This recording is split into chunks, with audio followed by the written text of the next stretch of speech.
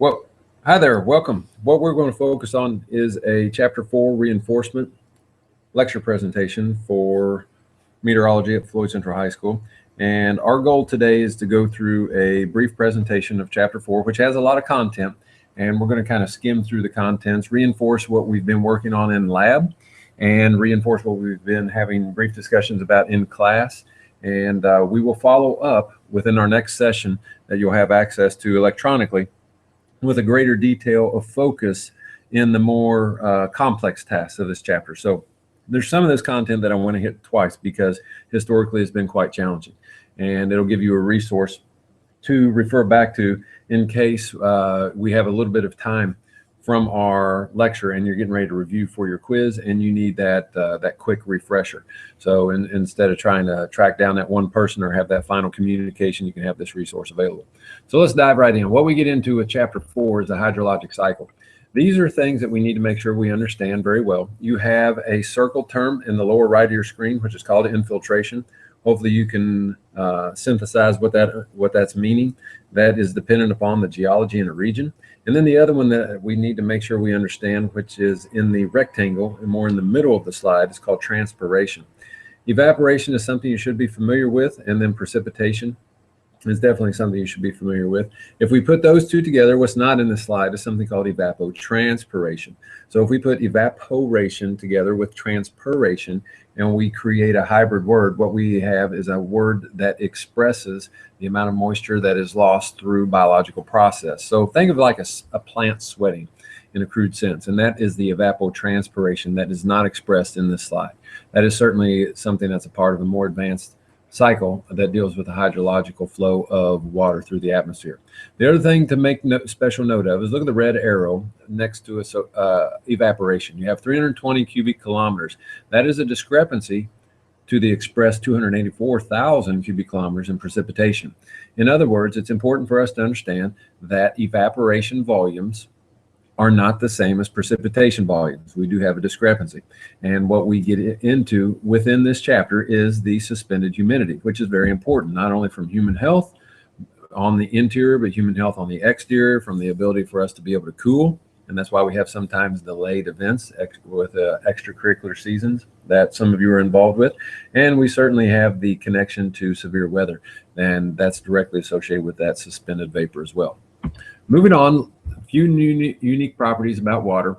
There are some things that you've studied in your past biology courses that make water unique from the physiological perspective. The uptake, the distribution, the polarities, all those things are extremely important. But when we think about things atmospherically, we have a lot of unique characteristics as well. In this list of 5 bulleted items, the one that we need to concentrate the most on in this chapter is the one that has the red line outlining part of it. Ice in a solid state is less dense than a liquid. That's odd. When we have a solid state of a material and it's melting into the liquid, traditionally that solid state will be more dense and it sinks. However, ice is unique because of its expansion properties whenever it moves into a solid state. For example, many of you are well aware that you don't take a carbonated beverage and freeze it. You would have a mess inside of that cavity of the freezer because of the expansion qualities. You're aware of the expansion and thaw rates. We've talked about the damage that can take place around properties from the upheaval from freeze thaw, even potholes during our spring season as we've had ice and snow coverage, and we see those types of things creep into our societies. So this is something that's quite unique when you do look at those. Also, don't forget about the specific heat. High heat capacity water is a great heat sink, and we can certainly see that with its slow warming process and slow cooling process. This slide goes into a bit more detail. You have some traditional information here like melting, freezing, evaporation, condensation. But we have a couple new terms here, maybe not entirely new. Hopefully you heard of them before. We have sublimation, and deposition.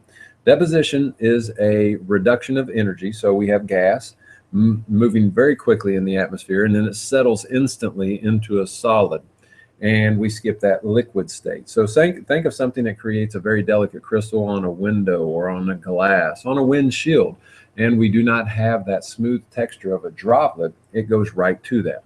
So when we see those frost-like crystalline structures, what we're doing is skipping the state. that's typically referred to as water. And that's where we get into a pretty intense change in energy. Now, if we compare sublimation to deposition, try this question. Which one releases the greatest amount of heat to the atmosphere? In other words, sublimation or deposition can be viewed as a heating aspect to the atmosphere. But which one is it? Is it gas depositing to a solid, or is it solid sublimating to a gas? To answer the question, we need to think about the flow of energy. Which one is moving from a higher energy state to the lower energy state? And the answer would be deposition. And for us to synthesize that further, we do need to understand that that higher energy has to be lost. We can't just instantly forgive that energy. That energy must flow. That energy has to be transferred. So where does it go? The atmosphere.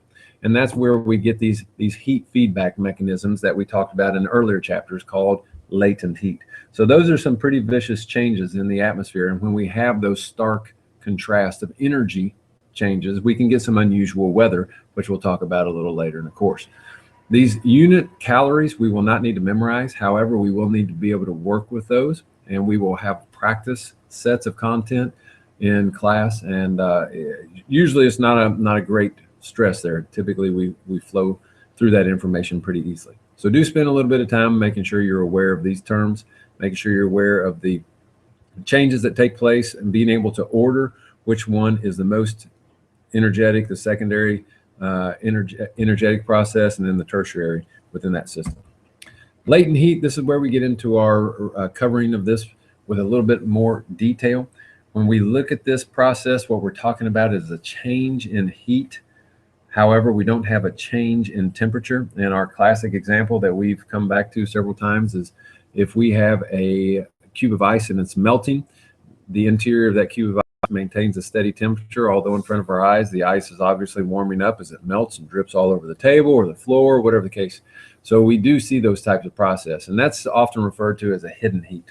And latent heat is the amount of energy that we must have to go into water to get it to change to a state. So more specifically, what we have is the heat, and that's necessary for 1 gram of ice requires 80 calories. If we turn that the other way and we flow energy in a different direction, then to freeze 1 gram of water, it's going to release 80 calories.